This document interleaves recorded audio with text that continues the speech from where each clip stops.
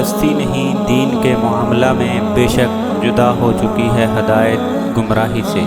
اب جو کوئی نہ مانے گمراہ کرنے والوں کو اور یقین لاوے اللہ پر، تو اس نے پکڑ لیا حلقہ مضبوط جو ٹوٹنے والا نہیں، اور اللہ سب کچھ سنتا جانتا ہے۔ اللہ مددگار ہے ایمان والوں کا، نکالتا ہے ان کو اندھیروں سے روشنی کی طرف، اور جو لوگ کافر ہوئے ان کے رفیق ہیں شیطان، نکالتے ہیں ان کو روشنی سے اندھیروں کی طرف۔ یہی لوگ ہیں دوزخ میں رہنے والے، اور وہ اسی میں ہمیشہ رہیں گے۔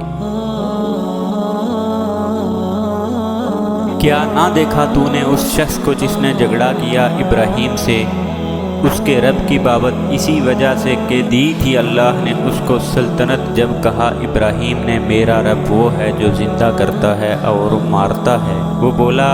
میں بھی جلاتا اور مارتا ہوں۔ کہا ابراہیم نے کہ بے شک اللہ تو لاتا ہے سورج کو مشرق سے، اب تو لے آ اس کو مغرب کی طرف سے۔ تب حیران رہ گیا وہ کافر، اور اللہ سیدھی راہ نہیں دکھاتا بے انصافوں کو۔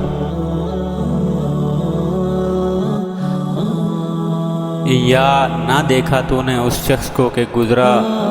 وہ ایک شہر پر،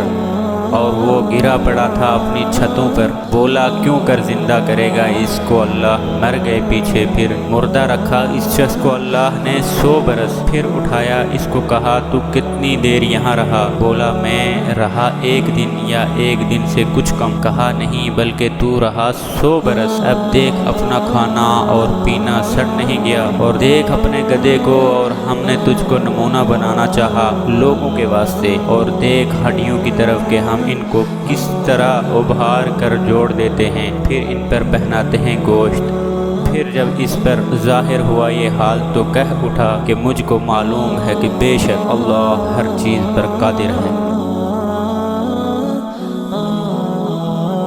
اور یاد کر جب کہا ابراہیم نے اے پروردگار میرے دکھلا دے مجھ کو کہ کیوں کر زندہ کرے گا تو مردے کو، فرمایا کیا تو نے یقین نہیں کیا؟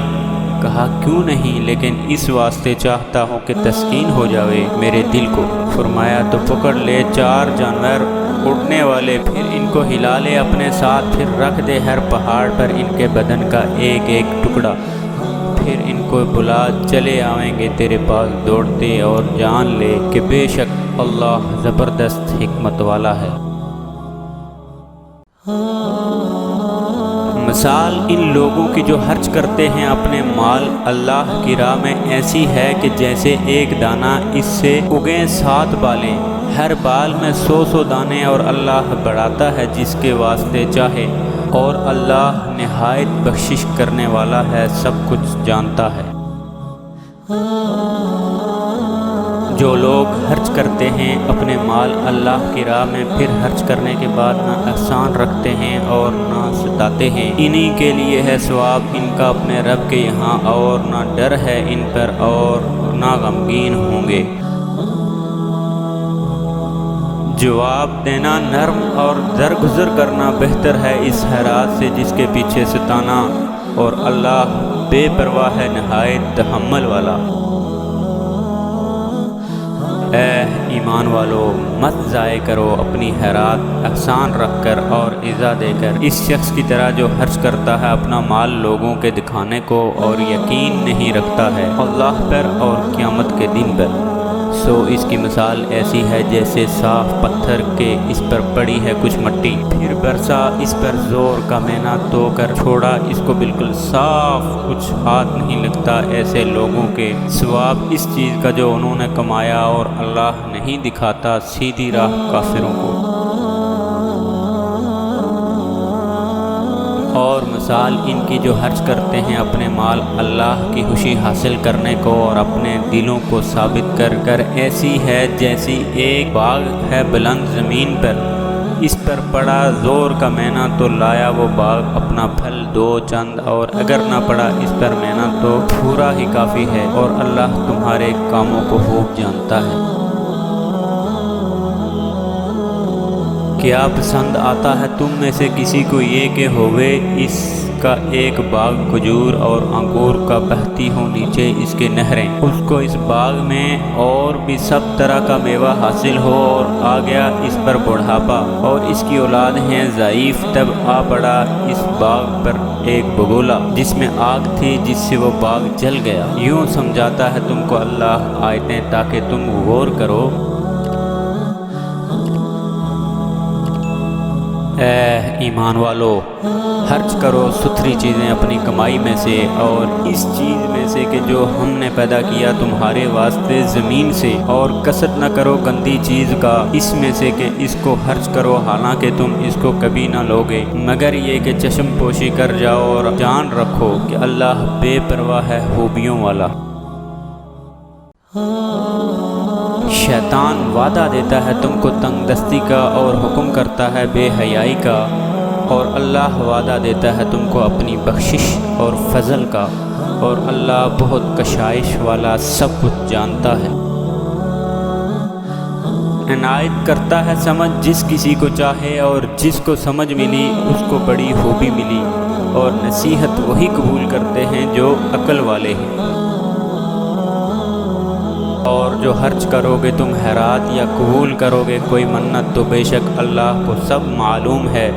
اور ظالموں کا کوئی مددگار نہیں۔ اگر ظاہر کر کے دو خیرات تو کیا اچھی بات، اور اگر اس کو چھپاؤ اور فقیروں کو پہنچاؤ تو وہ بہتر ہے تمہارے حق میں، اور دور کرے گا کچھ گناہ تمہارے، اور اللہ تمہارے کاموں سے خوب خبردار ہے۔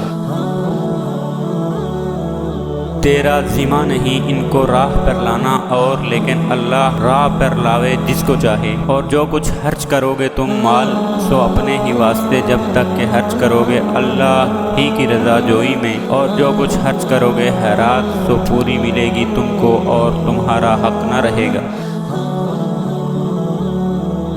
خیرات ان فقیروں کے لیے ہے جو رکے ہوئے ہیں اللہ کی راہ میں، چل پھر نہیں سکتے ملک میں، سمجھے ان کو ناواقف مالدار ان کے سوال نہ کرنے سے تو پہچانتا ہے ان کو ان کے چہرے سے، نہیں سوال کرتے لوگوں سے لپٹ کر، اور جو کچھ خرچ کرو گے کام کی چیز وہ بے شک اللہ کو معلوم ہے۔ جو لوگ خرچ کرتے ہیں اپنے مال اللہ کی راہ میں رات کو اور دن کو چھپا کر اور ظاہر میں،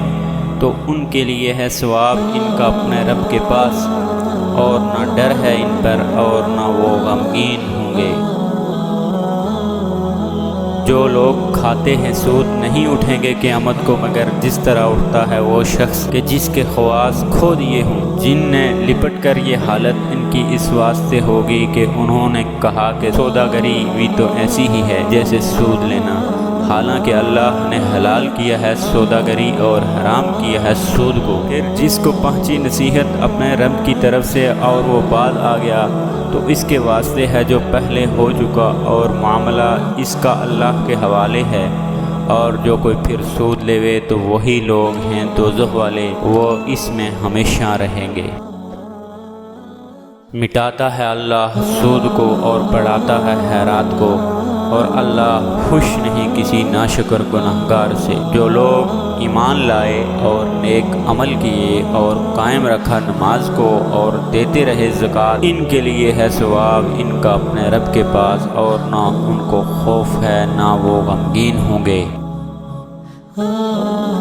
اے ایمان والو، ڈرو اللہ سے اور چھوڑ دو جو کچھ باقی رہ گیا ہے سود، اگر تم کو یقین ہے اللہ کے فرمانے کا۔ پھر اگر نہیں چھوڑتے تو تیار ہو جاؤ لڑنے کو اللہ سے اور اس کے رسول سے، اور اگر توبہ کرتے ہو تو تمہارے واسطے ہے اصل مال۔